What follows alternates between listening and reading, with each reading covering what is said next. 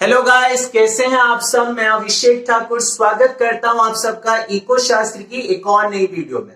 आज की वीडियो में मैं आपको बताने वाला हूं सेंट्रल बैंक के बारे में। उसके बाद हम डिस्कस करेंगे about the functions of the central bank and at the end of the video मैं आपको बताऊंगा difference between commercial bank and central bank. So let's start with.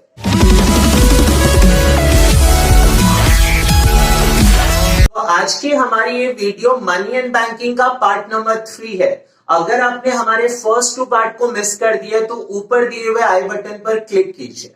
So let's start with the central bank. मैंने यहाँ पे लिखा it is an apex bank of a country which has the monopoly power to issue the currency notes in its territory।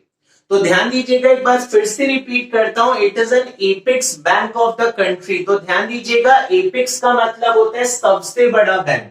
तो किसी भी nation का जो सबसे बड़ा बैंक होगा that is the central bank. So it is an apex bank of the country which has the monopoly power। Now what is the meaning of the monopoly power? That means the single power। सिर्फ आप ही के पास वो power है और किसी के पास नहीं है। किस चीज की power? To issue the currency notes in its territory, कि आप अपने एरिया में करेंसी नोट इशू कर सकते हैं। ये पावर सिर्फ आपके पास है and that is the central bank is all about.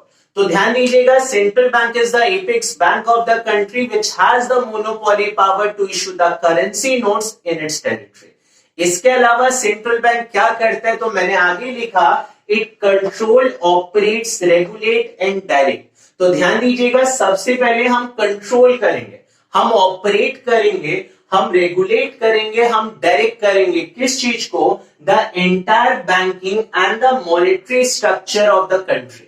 तो हमारी एंटायर कंट्री के अंदर जो बैंकिंग स्ट्रक्चर है, जो मॉनेटरी स्ट्रक्चर है, उसका विधाता कौन है? That is the central bank. तो he is a Baahubali of the entire banking system. ये डिसाइड करेगा कि क्या होना चाहिए, कैसे होना चाहिए। That is the power of the central bank जिसकी हम बात करते हैं। हर कंट्री के अंदर एक सेंट्रल बैंक होता है। इंडिया में जो सेंट्रल बैंक है, the name is the reserve Bank of India, जिसे आप शॉर्ट फॉर्म में आरबीआई बोलते हैं। ये स्टार्ट हुआ था 1 अप्रैल 1935 से। तो याद रखिएगा, 1 April 1935 Reserve Bank of India according to the RBI act 1934। Same order में बैंक ऑफ इंग्लैंड है। इंग्लैंड के अंदर जो फर्स्ट सेंट्रल बैंक माना जाता है इफेक्टिव बैंकिंग सिस्टम के अंदर। In the same order Federal Reserve System जो है यूएस के अंदर। So these are the different central bank in the different economies जिसकी हम यहां पर बात करते हैं। इसके बाद अब हम डिस्कस करेंगे about the functions of the central bank. और इस टॉपिक में आज की वीडियो में हम 6 डिफरेंट फंक्शंस की बात करेंगे। सबसे पहला फंक्शन आता है करेंसी अथॉरिटी, जिसे आप इशूइंग ऑफ नोट्स भी बोल सकते हैं। The next one is called the bankers to the government. The third one is the bankers bank and the supervisor. The fourth one जहां पर आप controller of money supply and credit की बात करेंगे। The fifth one is the custodian of foreign exchange and the gold. और last में हम आपकी बात करेंगे about the publication, about the collection and the publication of statistical data। So these are the 6 different function और एक एक करके मैं आपको सारे functions के बारे में डिटेल में समझाऊंगा। चलिए तो स्टार्ट करते हैं। तो आते हैं फर्स्ट फंक्शन की तरफ। और फर्स्ट फंक्शन आपके पास है करेंसी अथॉरिटी और द इशूइंग ऑफ नोट। अभी आपने पढ़ा सेंट्रल बैंक के बारे में और आप जानते हैं इसके पास मोनोपोली पावर होता है। तो that's why the first function that is the currency authority. तो मैंने यहाँ पर पॉइंट्स के थ्रू समझाने की कोशिश की है जिससे आपके लिए समझना बहुत आसान हो, आपको रट्टा नहीं मारना गाइस। तो मैंने यहाँ पे लिखा था central bank in the country has the monopoly power. अभी आपने पढ़ा था सिंगल पावर होता है किस चीज का? To issue the currency notes. और कहां पर छाप सकते हैं? In its territory. तो आप अपनी एरिया के अंदर जो नोट इशू करेंगे तो वो नोट इशू करने का जो एकाधिकार है, जो सिंगल पावर है, वो किसके पास है? The central bank of the country. Remember, currency notes की बात हो रही है, नॉट ऑफ द कॉइन्स। तो इंडिया के केस में जब हम बात करते हैं तो मैंने लिखा it issue the currency notes of denomination of ₹2 to ₹2000। तो याद रखिएगा, इंडिया के केस में 2 रुपए से लेकर 2000 तक के जो भी नोट इशू करता है वो सेंट्रल बैंक इशू करता है। मैंने आपको मनी चैप्टर में बताया था कि 1 रुपी का नोट और all the coins are issued by the government of India under the ministry of finance. तो याद रखिएगा, 1 रुपी का नोट और all coins government of India करती है, और 2 रुपीज से लेकर 2000 के जितने भी नोट्स होते हैं वो नोट कौन इशू करता है? Reserve Bank of India. Now the next one मैंने लिखा, this currency is the unlimited legal tender. पहले आपको ये समझना है लीगल टेंडर क्या होता था, जिसे आपको लीगली एक्सेप्ट करना पड़ेगा। अब सेंट्रल बैंक ने जो नोट इशू किया उसे आप रिफ्यूज नहीं कर सकते। क्यों? क्योंकि वो लीगल टेंडर है, आपको एक्सेप्ट करना ही करना पड़ेगा। और नोट के थ्रू आप किसी भी लिमिट तक पेमेंट कर सकते हैं। दैट्स व्हाई इसे क्या बोला जाता है? Unlimited legal tender. लाइक अगर हम कॉइन्स की बात करते हैं तो मैक्सिमम आप 1000 रुपीज की पेमेंट कर सकते हैं, लेकिन नोट्स के थ्रू आप किसी भी लिमिट तक पे कर सकते हैं। तो सेंट्रल बैंक जो नोट इशू करता है that is a unlimited legal tender. अब एक सवाल आपके मन में आता है कि सेंट्रल बैंक नोट इशू क्यों करता है? तो सेंट्रल बैंक, जिसे हमने ये पावर दिया है कि आप नोट इशू करेंगे जिस भी अमाउंट की सर्विसेज इंडिया के अंदर प्रोड्यूस होती है। तो मैंने यहां पे लिखा रीजन क्या है, तो यहां पर आपके पास आएगा all the currencies issued by the central bank is it's monetary liability. जैसा कि आप जानते हैं कि वो गवर्नमेंट की तरह काम करता है, तो यहां पर उसकी मॉनेटरी लायबिलिटी है। जिस भी अमाउंट का इंडिया के अंदर गुड्स या सर्विस प्रोड्यूस होगा वो उतने अमाउंट की मनी वैल्यू प्रोड्यूस करना सेंट्रल बैंक की मॉनेटरी लायबिलिटी होती है। This means that central bank, मैंने short form यूज किया, obliged to back the currency with the equal value of assets। तो आपको सेम वैल्यू ऑफ एसेट्स की करेंसी इशू करनी पड़ेगी। तो ध्यान दीजिएगा यहां पर, इसका मतलब क्या है कि सेंट्रल बैंक की मॉनेटरी अथॉरिटी होती है जो नोट वो इशू करता है। इन केस अगर वो नोट नहीं चल पाता तो इक्वल वैल्यू ऑफ एसेट्स आपको वापस करेगा। और जो सेंट्रल बैंक आपको एसेट्स वापस करता है वो गोल्ड कॉइन्स हो सकता है, गोल्ड बुलियंस हो सकते हैं, जिसे हम बार्स बोलते हैं, गोल्ड के जो बार्स आपके पास होते हैं, एंड इवन द सिक्योरिटीज। तो सेंट्रल बैंक नोट इशू करता है क्योंकि उसकी मॉनेटरी लायबिलिटी है, दैट्स व्हाई वो नोट इशू कर रहा है। पर सेंट्रल बैंक के नोट इशू करने से हमारे देश में क्या फायदा होता है, तो एडवांटेजेस की बात करते हैं। मैंने फर्स्ट एडवांटेज लिखा, it bring the uniformity in the monetary system. Uniformity का मतलब एक क्लियर कट फोकस है कि एक ही पर्सन ये काम करेगा, तो कोई विरोधाभास होने के चांसेस यहां पर नहीं है। यूनिफॉर्मिटी होती है सिस्टम के अंदर। मान लीजिए किसी स्कूल्स के अंदर अगर 2 प्रिंसिपल्स हैं तो क्या वो स्कूल अच्छे तरीके से काम कर पाएगा? Obviously not. तो एक प्रिंसिपल होता है तो एक स्कूल एक विजन की तरह चलता है कि यूनिफॉर्म होकर चलता है। सेम काम हमारी कंट्री में सेंट्रल बैंक करती है। एंटायर बैंकिंग सिस्टम एक यूनिफॉर्मिटी क्रिएट होता है। The second one, it is easy to control the credit और the money supply due to the monopoly power. अब एक ही पर्सन है, एक ही इंस्टीट्यूशन है जो डिसाइड करेगी कि मुझे क्या डिसाइड करना है जिससे मैं मनी सप्लाई या क्रेडिट को कंट्रोल कर सकूं। अगर यहां पर मल्टीपल अथॉरिटीज होती तो मल्टीपल डिसीजंस होते, और मल्टीपल डिसीजंस की वजह से मॉनेटरी सिस्टम कभी ढंग से काम नहीं कर पाता। इसीलिए एक सिंगल पावर होने से आसान होता है मनी सप्लाई को या क्रेडिट को कंट्रोल करना। The third one, it helps in the stability of internal and external value of currency। ये हमारे इंटरनल और एक्सटर्नल वैल्यू ऑफ करेंसी को स्टेबल रखने का काम करता है। जहां पर इंडिया के अंदर करेंसी सेम वैल्यू की ही चलनी चाहिए किसी भी स्टेट के अंदर, और एक्सटर्नल वैल्यू फॉरेन एक्सचेंज के कंपैरिजन में हमारी वैल्यू स्टेबल रहनी चाहिए। आरबीआई इसकी पूरी कोशिश करता है। द नेक्स्ट वन मैंने लिखा, it helps at the time of inflation और deflation by taking the suitable monetary policy. तो जब भी हमारी कंट्री में इन्फ्लेशन यानी कि महंगाई या डिफ्लेशन, जब प्राइस फॉल हो जाता है, ऐसी सिचुएशन क्रिएट होती है, तो सेंट्रल बैंक अपना हथियार निकालता है, और उस हथियार का नाम क्या है? मॉनेटरी पॉलिसी, जिसके बारे में मैं आपको नेक्स्ट वीडियो में डिटेल्ड में समझाऊंगा। तो मॉनेटरी पॉलिसी को यूज करके आप इन्फ्लेशन और डिफ्लेशन को कंट्रोल करते हैं। Now the last one, it enjoy the public confidence. अब लोगों का भरोसा इसके ऊपर क्यों बनता है? Because of the government protection. Government ने आरबीआई को प्रोटेक्ट किया, इसलिए हमारा भरोसा किसके अंदर है? आरबीआई। आरबीआई ये जानता है कि हमारी कंट्री को कितने नोट्स की, कितनी वैल्यू ऑफ नोट्स की जरूरत पड़ती है, और सेंट्रल बैंक ये सारा काम कभी प्रॉफिट अर्न करने के पर्पज से नहीं करता, बल्कि वेलफेयर के पर्पज से करता है। So that is the first function, guys. I repeat again. The name is the currency authority. इसमें आपने ये बताया कि सेंट्रल बैंक के पास मोनोपोली पावर होता है to issue the currency note. कौन से करेंसी नोट इशू करता है? 2 रुपीज से लेकर 2000 तक के, और जो भी करेंसी नोट वो इशू करता है that is a unlimited legal tender, किसी भी लिमिट तक आप उसकी पेमेंट कर सकते हैं। इसका फायदा क्या होगा? तो सबसे पहले यूनिफॉर्मिटी आती है हमारे सिस्टम के अंदर, मनी सप्लाई को हम इजिली कंट्रोल कर सकते हैं, इन्फ्लेशन होगा या डिफ्लेशन होगा हम मॉनेटरी पॉलिसी को यूज कर सकते हैं, हम internal and external value of currency को स्टेबल कर सकते हैं, और पब्लिक कॉन्फिडेंस क्रिएट कर सकते हैं। तो आते हैं नेक्स्ट फंक्शन की तरफ, और सेकेंड फंक्शन आपके पास आता है बैंकर्स टू द गवर्नमेंट।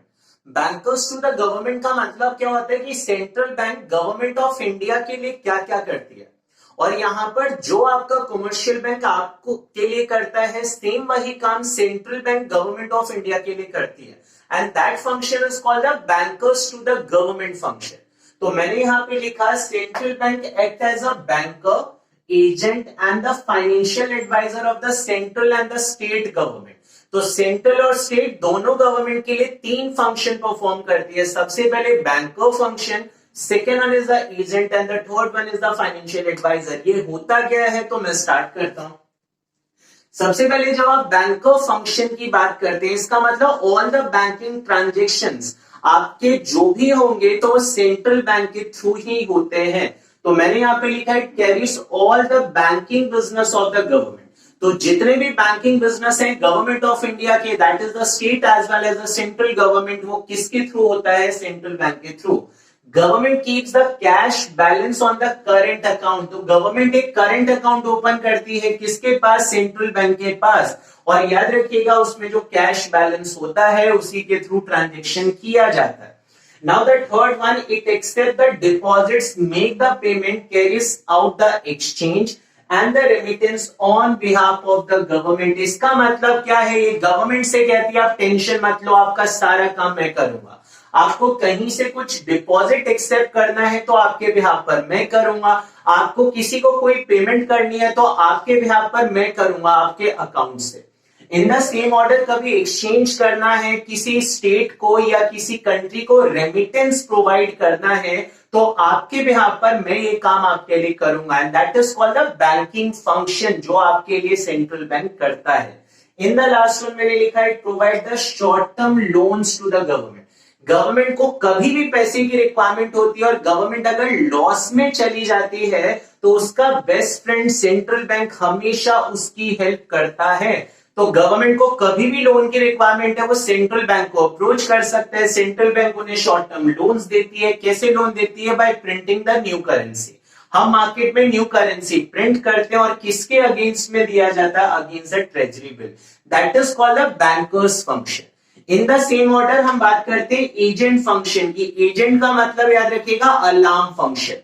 जैसे आपका अलार्म आपको सुबह जगाता है वैसे ही एजेंट बनकर सेंट्रल बैंक गवर्नमेंट को जगाता है। किस चीज से रिलेटेड? तो मैंने लिखा है मैनेज द पब्लिक डेट। आपने पब्लिक से कितना बोरो किया हुआ है, कब किसका इंटरेस्ट पे करना है, कब किसके लोन की रीपेमेंट आपको करनी है। तो मैं आपको बार बार ये बताता रहूंगा कि कब आप इंटरेस्ट पे करेंगे, कब आप रीपेमेंट ऑफ लोन करेंगे। So that is the agent function. And the third one is the financial advisor. कहते हैं कि भंडारा और एडवाइस फ्री में मिलती है, तो यहाँ पर सेंट्रल बैंक भी एडवाइस देने से पीछे नहीं हटता। तो the third one is the financial advisor. आप एडवाइस करते हैं गवर्नमेंट को डिफरेंट मैटर्स के ऊपर। वो मैटर आपका इकोनॉमिक हो सकता है, फाइनेंशियल हो सकता है, या मॉनेटरी, कोई भी मैटर आपके पास हो, सेंट्रल बैंक उस मैटर में आपको एडवाइस करेगा, आपको सोल्यूशन प्रोवाइड करेगा। So I repeat again guys, bankers to the government, 3 चीजें आपने की। सबसे पहले आपने किया banker, agent and the financial adviser. Banker के अंदर ऑल द बैंकिंग एक्टिविटीज की हमने बात की। एजेंट जहां पर आपको जगाना है, बताना है गवर्नमेंट को कि कब रीपेमेंट करना है, कब इंटरेस्ट देना है। एंड द फाइनेंशियल एडवाइजर आपको कभी भी किसी भी तरीके की जरूरत पड़ती है तो सेंट्रल बैंक आपकी मदद करता है। चलते हैं नेक्स्ट फंक्शन की तरफ और थर्ड फंक्शन आपके पास आता है bankers bank and the supervision. इसके अंदर आप ये बात करेंगे कि सेंट्रल बैंक कमर्शियल बैंक के साथ क्या रिलेशन से परफॉर्म करता है। तो यहां पर 4 डिफरेंट सब पार्ट्स की हम बात करेंगे। The first part is the custodian of cash reserve. The second part that is called the supervision. The third part is the lender of the last resort, and the fourth part जिसमें हम clearing house facilities की बात करेंगे। So let's start with. सबसे पहले आपके पास आता है custodian of cash reserve. Now what is the meaning of the cash reserve? आपने मेरे साथ मनी क्रिएशन किया था, तो मनी क्रिएशन जहां पर आप जानते हैं कि कमर्शियल बैंक के पास जितना भी डिपॉजिट आता है उसका एक फिक्स परसेंटेज उन्हें रिजर्व में कीप करना पड़ता है and that reserve is called the legal reserve ratio. और मैंने आपको बताया था कि उस रिजर्व में से एक फिक्स परसेंटेज आपको आरबीआई के पास कीप करना पड़ता है and that is called the cash reserve ratio. तो जो कैश रिजर्व रेशियो है जिसे हम सीआरआर बोलते हैं वो कमर्शियल बैंक को किसे डिपॉजिट करना होता है, टू द सेंट्रल बैंक। तो मैंने यहां पे लिखा commercial bank are required to keep a certain fix percentage of deposits with the central bank is called the cash reserve ratio. तो वो किसकी कस्टडी में आ गया गाइस, सेंट्रल बैंक की कस्टडी में। लेकिन सेंट्रल बैंक ऐसा करती क्यों है, तो मैंने यहां पे लिखा the purpose of this reserve to control the money supply and the credit. अगर आप चाहते हैं कि हमारी कंट्री में मनी सप्लाई को कंट्रोल करना है तो आपके पास कोई एक चाबी होनी चाहिए। तो सेंट्रल बैंक के पास वो की पॉइंट क्या है, कैश रिजर्व रेशियो। वो जब चाहे तब मनी सप्लाई और क्रेडिट को कंट्रोल कर सकता है through the CRR. So that is the first thing जहां पर सेंट्रल बैंक कमर्शियल बैंक से रिजर्व एक्सेप्ट करता है। Now the next one is the supervision. अब इतने सारे कमर्शियल बैंक है इंडिया के अंदर, तो इन्हें सुपरवाइज किस तरीके से सेंट्रल बैंक करता है। तो मैंने लिखा central bank supervises and regulate the commercial bank. यहां पर जब हम रेगुलेशन की बात करते हैं तो रेगुलेशन में फर्स्ट वन आता है लाइसेंस। अगर आप इंडिया में बैंकिंग सिस्टम स्टार्ट करना चाहते हैं तो without permission of central bank आप नहीं कर सकते। तो कोई भी परिंदा यहां पर without permission of central bank पर नहीं मार सकता। तो याद रखिएगा लाइसेंस आपको सेंट्रल बैंक से लेना पड़ेगा। अगर दो बैंक एक दूसरे के साथ मर्ज होना चाहते हैं तो अपनी मर्जी के मालिक नहीं है, सेंट्रल बैंक की परमिशन से ही ऐसा हो सकता है। इन द सेम ऑर्डर अगर आप एक्सपेंशन करना चाहते हैं, नंबर ऑफ ब्रांचेस बढ़ाना चाहते हैं तो सेंट्रल बैंक से परमिशन लेना पड़ेगा। और अगर आप वाइंड अप होना चाहते हैं, बंद करना चाहते हैं अपनी दुकान, तो without permission of central bank आप नहीं कर सकते। तो रिमेंबर गाइस, सेंट्रल बैंक इस तरीके से आपको रेगुलेट करती है। पर ये संभव कैसे हो सकता है, इतने सारे कमर्शियल बैंक को कैसे रेगुलेट किया जा सकता है। तो नेक्स्ट पॉइंट में मैंने आपके सवालों का जवाब दिया। The control is done by the periodic inspection and the return filled by them. Her quarter में यानी कि 3 महीने पर कमर्शियल बैंक को अपनी बुक्स ऑफ अकाउंट, जिसे हम फाइनेंशियल स्टेटमेंट बोलते हैं, वो डिपॉजिट करनी पड़ती है सेंट्रल बैंक के पास। और उसके बेसिस पर सेंट्रल बैंक डिसाइड करता है कि बैंक्स की क्या पोजीशन है, बैंक्स आगे क्या करने वाली है। तो इस तरीके से आप उन्हें सुपरवाइज कर सकते हैं। Now the third point and that is the lender of the last resort. Lender of the last resort का मतलब होता है लास्ट ऑप्शन।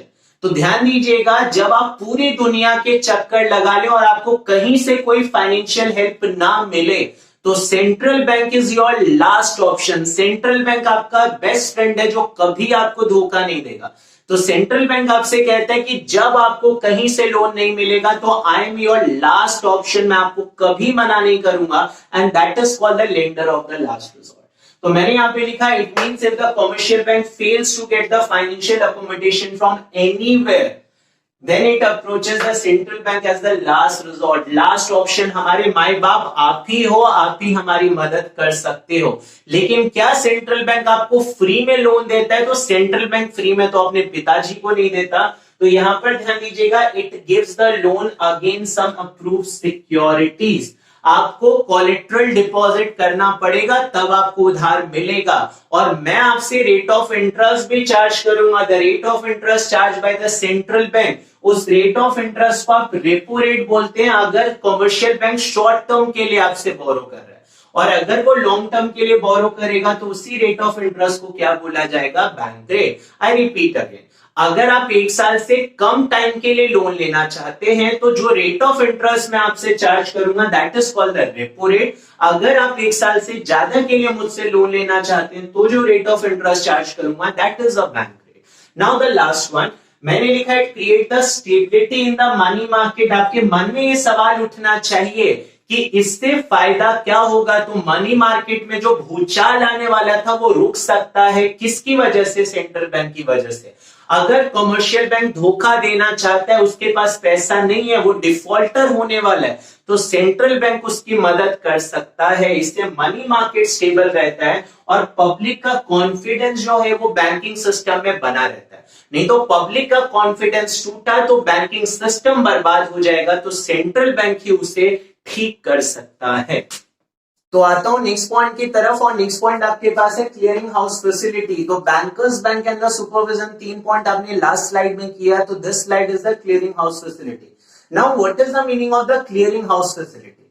इसका मतलब होता है कि जो भी इंटर बैंकिंग सेटलमेंट्स होते हैं, मतलब मान लीजिए 2 बैंक हैं, स्टेट बैंक ऑफ इंडिया और पंजाब नेशनल बैंक, उन दोनों के बीच में बहुत सारे सेटलमेंट्स होने होते हैं।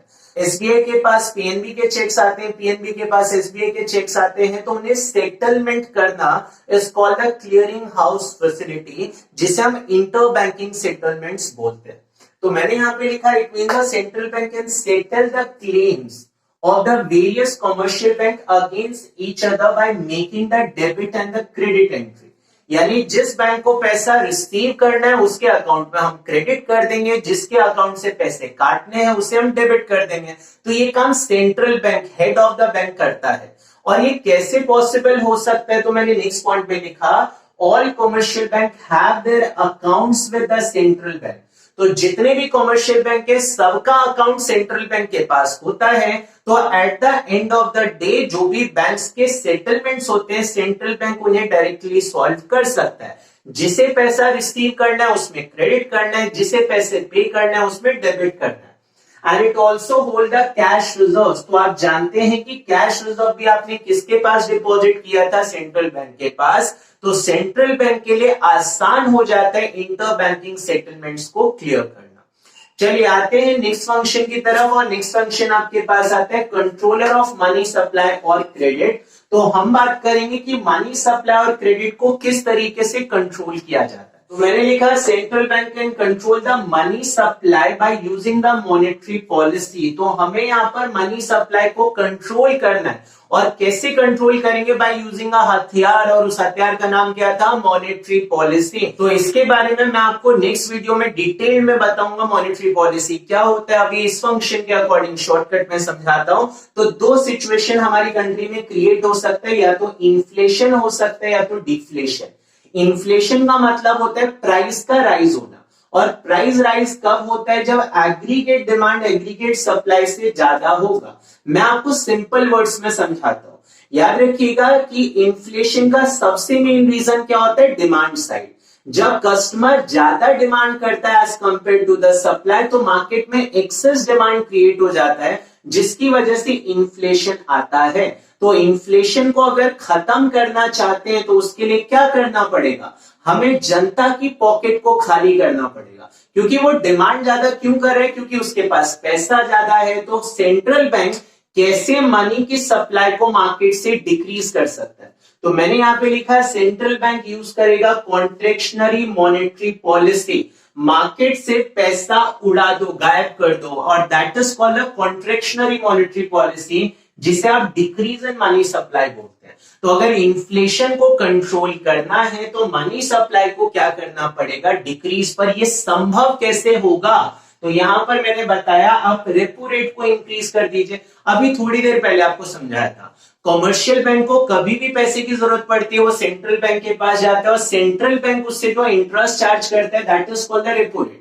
अगर आप ज्यादा इंटरेस्ट चार्ज करेंगे तो क्या कमर्शियल बैंक आपसे बोरो करेगा, बिल्कुल नहीं। यानी मार्केट के अंदर मनी सप्लाई अपने आप ही क्या हो जाएगा, decrease. In the same order अगर central bank legal reserve ratio को इंक्रीज कर दे, इसका मतलब कमर्शियल बैंक को ज्यादा पैसे कहां पर कीप करना पड़ेगा, रिजर्व में। यानी वो less amount of loan public को दे पाएंगे। तो मार्केट में मनी सप्लाई गाइस क्या हो जाएगा, डिक्रीज हो जाएगा। That is the reason of the inflation. आप क्या कर सकते हैं, इसका रिवर्स कर दीजिए, that is the deflation. Price fall हुआ, रीजन क्या था, डिमांड कम है। डिमांड कम क्यों है, क्योंकि लोगों के पास पैसा कम है। तो क्या करना है, लोगों की जेब में पैसा डालना है। कैसे होगा possible, so by using the expansionary monetary policy, money supply को एक्सपेंड कर दीजिए। कैसे संभव होगा जी, तो ये ऑब्वियस सी बात है, रिवर्स कर दीजिए, रेपो रेट को डिक्रीज कर दीजिए। अगर आप रेपो रेट को डिक्रीज करेंगे तो कमर्शियल बैंक आपसे बोरो करेगा और मार्केट में मनी सप्लाई क्या हो जाएगा, इंक्रीज।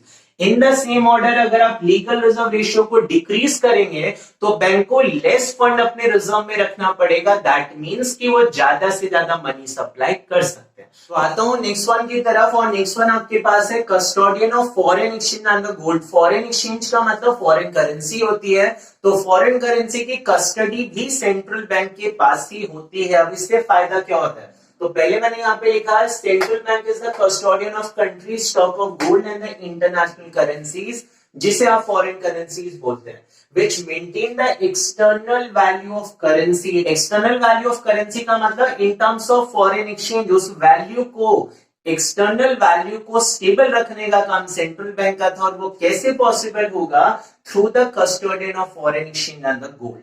नेक्स्ट वन मैंने लिखा all the foreign exchange transaction must be rooted through the central bank. तो सेंट्रल बैंक की पूरी नजर है आपके ऊपर कि इंटरनेशनल कितनी ट्रांजेक्शंस हो रहे हैं इंडिया और रेस्ट ऑफ द वर्ल्ड के साथ।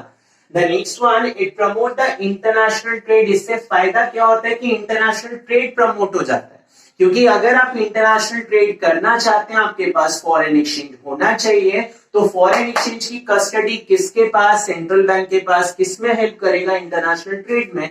Now the last one, it helps the government to maintain the balance of payment account. दो देशों के बीच जो ट्रांजेक्शंस होते हैं वो अकाउंट जो मेंटेन होता है उसे बैलेंस ऑफ पेमेंट अकाउंट कहते हैं। इसके बारे में आप मैक्रो इकोनॉमिक्स का लास्ट यूनिट मेरे साथ करेंगे तो उसमें मैं आपको डिटेल में समझाऊंगा। So that account is called the balance of payment account. तो balance of payment account maintain रखती है गवर्नमेंट, तो उसमें उनकी हेल्प कौन करता है, सेंट्रल बैंक। और कैसे पॉसिबल होता है, through the foreign exchange and the gold. Now the last function, and the last function is the collection and the publication of statistical data। इसका मतलब सेंट्रल बैंक अब क्या करती है, वो डेटा को कलेक्ट करने का काम करती है। किससे रिलेटेड डेटा, जो बैंकिंग डेटा होते हैं, फाइनेंशियल इंस्टीट्यूशन के डेटा होते हैं, जो आपके नॉन बैंकिंग इंस्टीट्यूशन है उनकी बात कर रहा हूं। And the same as foreign exchange. अब इनसे रिलेटेड डेटा आप कलेक्ट करते हैं और उसे आप पब्लिश करते रहते हैं। इससे फायदा क्या होता है, इससे हमारी इकोनॉमी बहुत ही इजीली ये डिसाइड कर सकती है कि हमारी इकोनॉमी के ग्रोथ एंड डेवलपमेंट के लिए हमें क्या करना चाहिए। तो on the basis of these data हम अपने फ्यूचर को डिसाइड कर सकते हैं, इसलिए इन डेटा की इंपॉर्टेंस है। तो यहां पर मैंने आपको बताया all 6 functions of the central bank. अब हम चलिए, तो आपके इंतजार की घड़ियां खत्म हुई, तो लास्ट करते हैं with the difference between the central bank and the commercial bank. तो मैंने यहाँ पर कुछ बेसिस लिखे हुए हैं, उसके बेसिस पर हम सेंट्रल बैंक और कमर्शियल बैंक में डिफरेंस की बात करेंगे। द फर्स्ट वन, मीनिंग आप अभी तक समझ चुके हैं। Central bank is the monopoly power to issue the currency note, और सेंट्रल बैंक हमारी कंट्री का एपेक्स बैंक होता है।